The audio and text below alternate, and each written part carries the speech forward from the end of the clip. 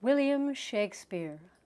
We all know about the great works of this Elizabethan master, such as Hamlet. But are you familiar with A Little Slice of Hamlet? Or Hamlet and Egglet? Julius Sneezer? Have you heard Hamlet's famous soliloquy sung to the tune of Three Blind Mice? Or Ophelia told, Get thee to a brewery? Or the 1681 version of King Lear with a happy ending? We assume that Shakespeare's texts are sacred, untouchable. But from the 17th through the mid-19th centuries, things were quite different.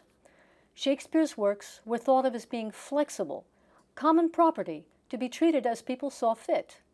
In fact, the original tragic ending to King Lear wasn't restored for over 230 years. Such changes continue today.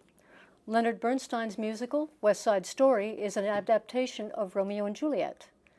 American University's playwright Colleen Jennings created A Hip-Hop Much Ado, and Kuwaiti playwright Suleiman al-Bassam explores contemporary Arab society by adapting Shakespeare.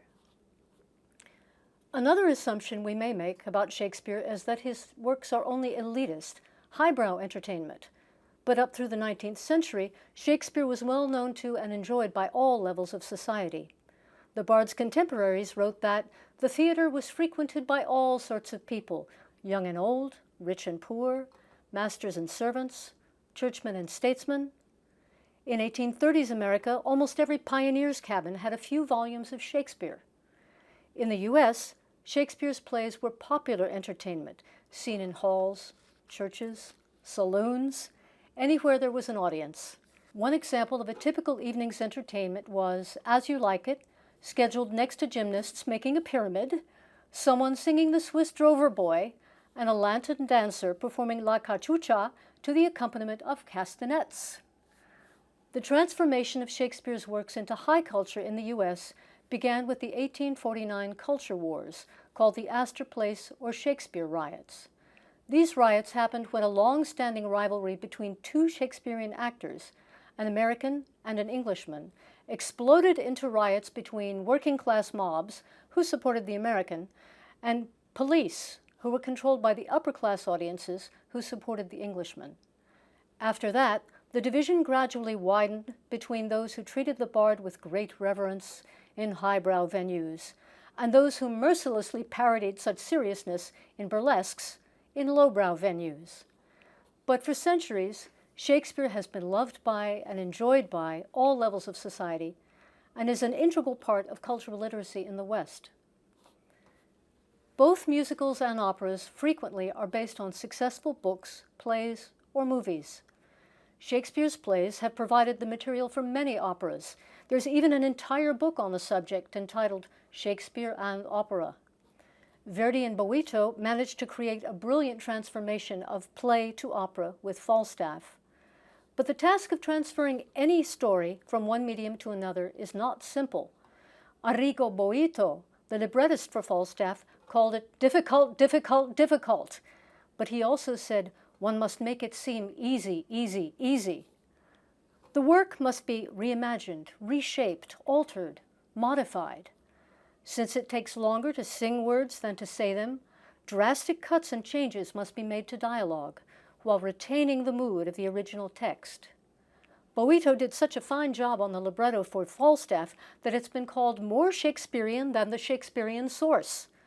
Scholars and critics suggest that Boito's lines generally are more beautifully shaped and move more dynamically and with greater consistency than Shakespeare's.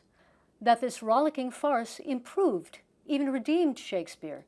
So how did this come about? On the surface, a collaboration between Boito and Verdi seemed unlikely. They were from different generations, separated by nearly 30 years, had dramatically different ideas about writing opera, and had been estranged for years. Boito was part of the new generation of artistic revolutionaries who called for an end to the formulaic opera writing of the past. At that time, Verdi was the patriarch of traditional Italian opera and took this as a personal insult. Nevertheless, they were brought together by Verdi's publisher and friend, Ricordi, who wanted Verdi to write another opera and felt Boito was superior to his previous librettists. Ricordi actively encouraged the collaboration between the elder composer and the younger librettist, who became quite fond of each other. The result was the powerful and successful opera Otello, which everyone assumed would be the aged Verdi's last opera. While they worked, the great composer uncharacteristically deferred to the younger man's perception of opera. This led Verdi to reinvent the operatic language of his last two operas. From the clear set pieces of his earlier operas with finite beginnings and endings, alternating action and reflection, Verdi's new musical dramas had continuous action, eminently suitable for the tumbling comedy of Falstaff. Hardly a trace remained of Verdi's familiar overtures, preludes, introduzione, or choral tableaus. Falstaff opens with just 7 fortissimo bars that plunge us instantly into the boisterous comedy. From their inception, Verdi's last two operas are the result of a true collaboration between great artists. By the way, we discover from Boito's letters that the poet regarded his association with Verdi as the high point of his artistic life. After Otello, Boito approached Verdi with the idea of creating an opera based on Shakespeare's Falstaff. Referring to the time they spent working on Otello, Boito wrote Verdi that, "I would like to return to the time when each of our letters was about a great work of art." But Verdi was not easily persuaded. The composer was in his late 70s and feared he would not live to finish the opera. Also, the maestro had written a brilliant succession of tragic operas. His only other comedy was an early work that flopped, and many flatly assumed him incapable of writing a comic opera at all. Years later, Verdi wrote to a critic that he would not try composing another comic opera until he found a libretto that made him laugh. Boito courted him with proposals and outlines that led Verdi to love the character and the project, and finally the composer consented. The character, Sir John Falstaff, appears in 3 of Shakespeare's plays, the 2 parts of Henry IV and the Merry Wives of Windsor. Falstaff's death is mentioned in Henry V. Boito chose the Merry Wives of Windsor as his primary source, with bits added from the 2 parts of Henry IV. For instance, Boito extracted passages from all 3 Shakespearean sources to create Ford's jealous monologue in Act 2. Apparently, Shakespeare himself based the Merry Wives of Windsor on an Italian story published in 1588. So Verdi and Boito simply returned Shakespeare's sparkling farce to its Tuscan origins. The Merry Wives is unique in that it's the bard's only play primarily concerned with middle-class, domestic, rural England. However, Shakespeare himself realized that it was one of his weakest.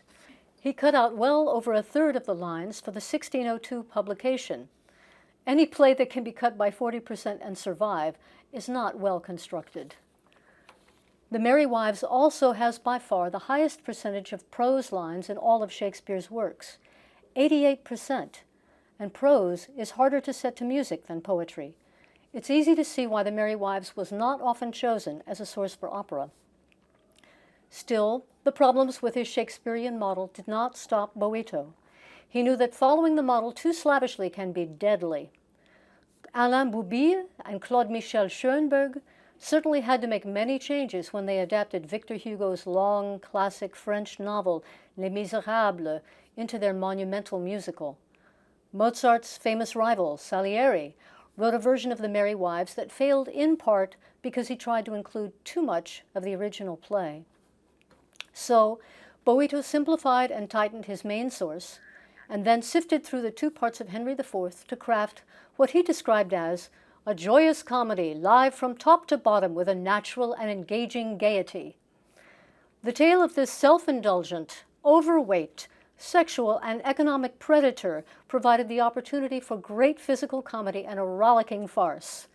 In fact, Verdi grew quite fond of the fellow and affectionately referred to him as Big Belly. When a book or play is reworked for film or the musical stage, many of the changes are predictable. Everything unessential must be cut. That's obvious if you've read the Harry Potter books, then seen the movies. In Falstaff, for example, Falstaff's 3 humiliations at the hands of the wives were cut down to 2. Characters must also be dropped. In the novel, the Thénardier family was much larger. In the musical, one daughter and two sons disappear in order to concentrate and enhance the power of the plot. Boito excised several characters from the play, such as one of Falstaff's henchmen, and others are made mute, such as the host of the Garter Inn and two servants. Sometimes actions may be given to entirely different characters. In the Harry Potter book Goblet of Fire, the house elf Dobby gives Harry the gillyweed that helps him succeed in the Triwizard Tournament. In the movie, Neville becomes a more substantial and appealing character by performing that function. In Falstaff, Boito's Dr. Caius is a combination of actions by the country justice Robert Shallow and his nephew, with bits of Shakespeare's Dr. Caius. For instance, in the play, it's Shallow who accused Falstaff of beating his servants. In another change, Shakespeare's ingenue Anne Page becomes Boito's ingenue Nannetta Ford, allowing Boito to lavish even more attention on her father, Master Ford.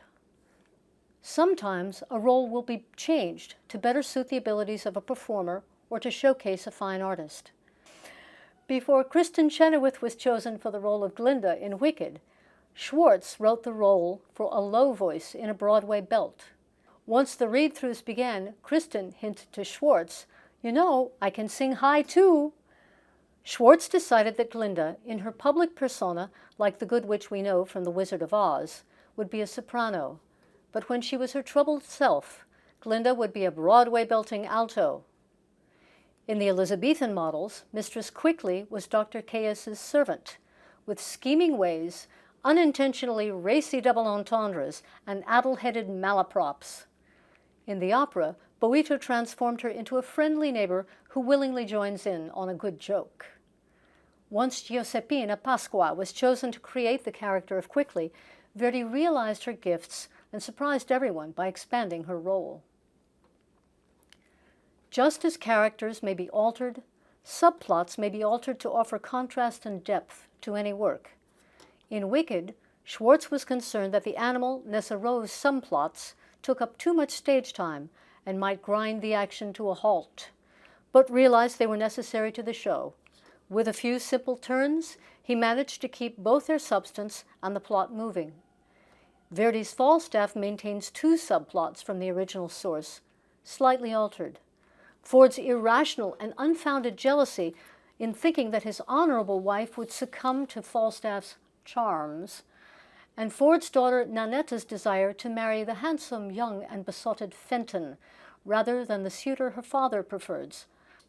The romantic subplot of the young lovers in the opera provides a gentle foil to the fast-paced hilarity of the comic main plot centered on Falstaff and the more dramatic subplot on Ford. The character of Fenton already exists in The Merry Wives. Shakespeare briefly described him as having eyes of youth. He writes verses. He speaks holiday. He smells of April and May. But the play's Fenton was also a peer who had squandered his wealth carousing.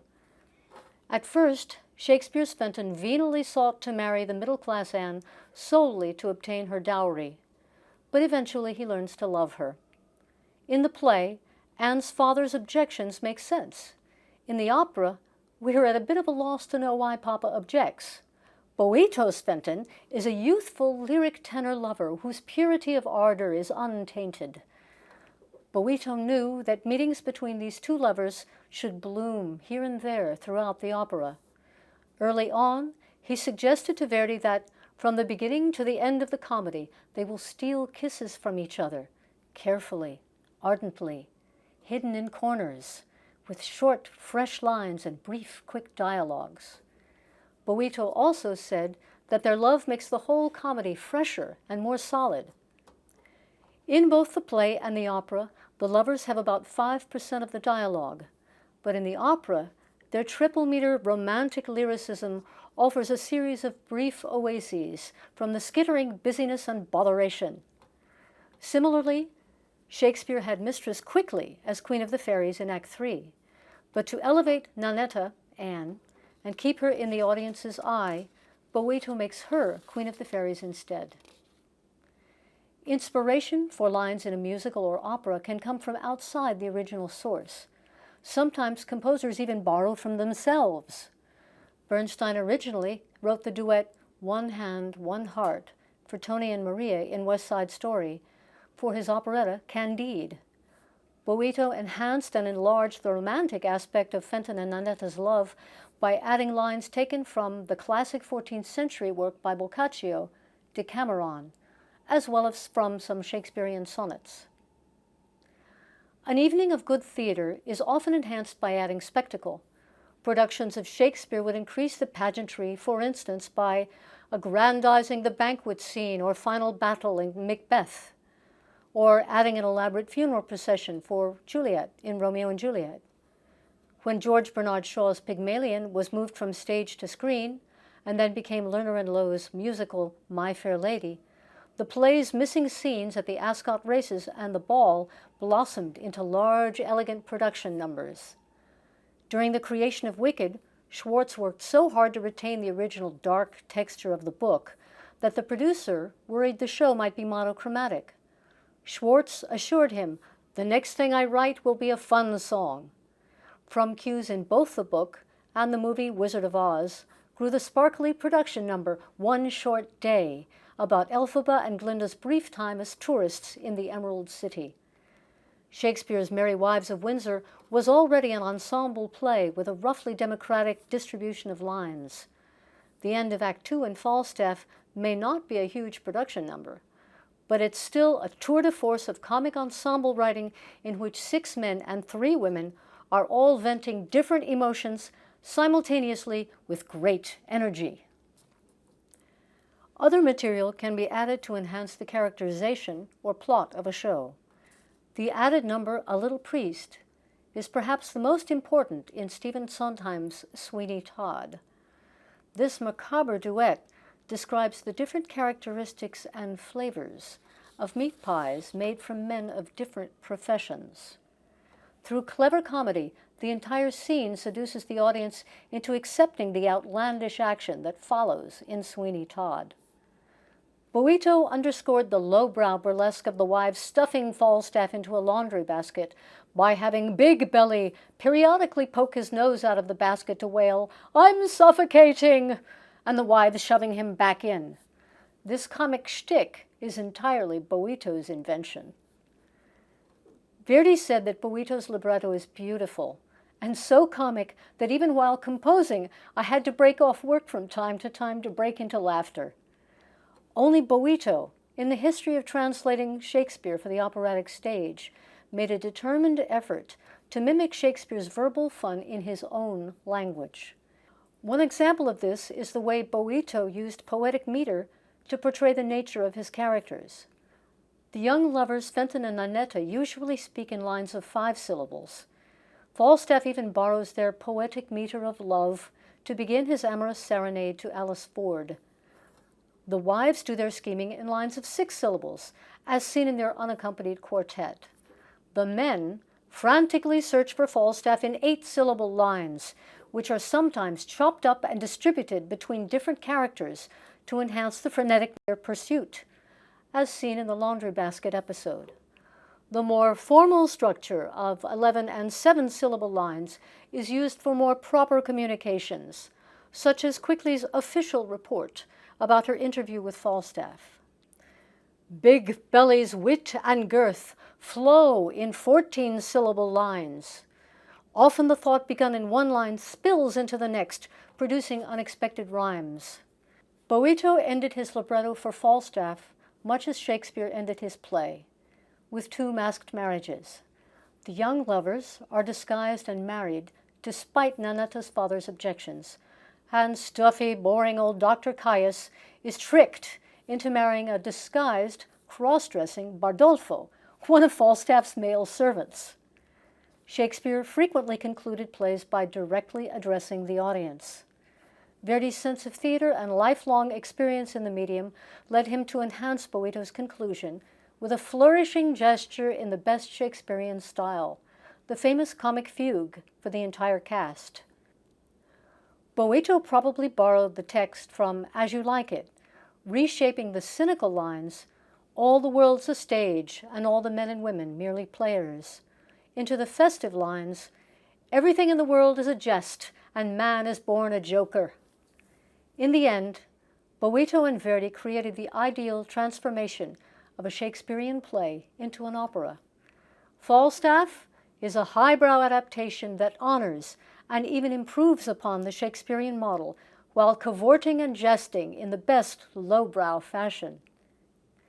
Enjoy the opera and make sure you listen to the orchestra. Sometimes it will make you laugh, but it will always laugh with you.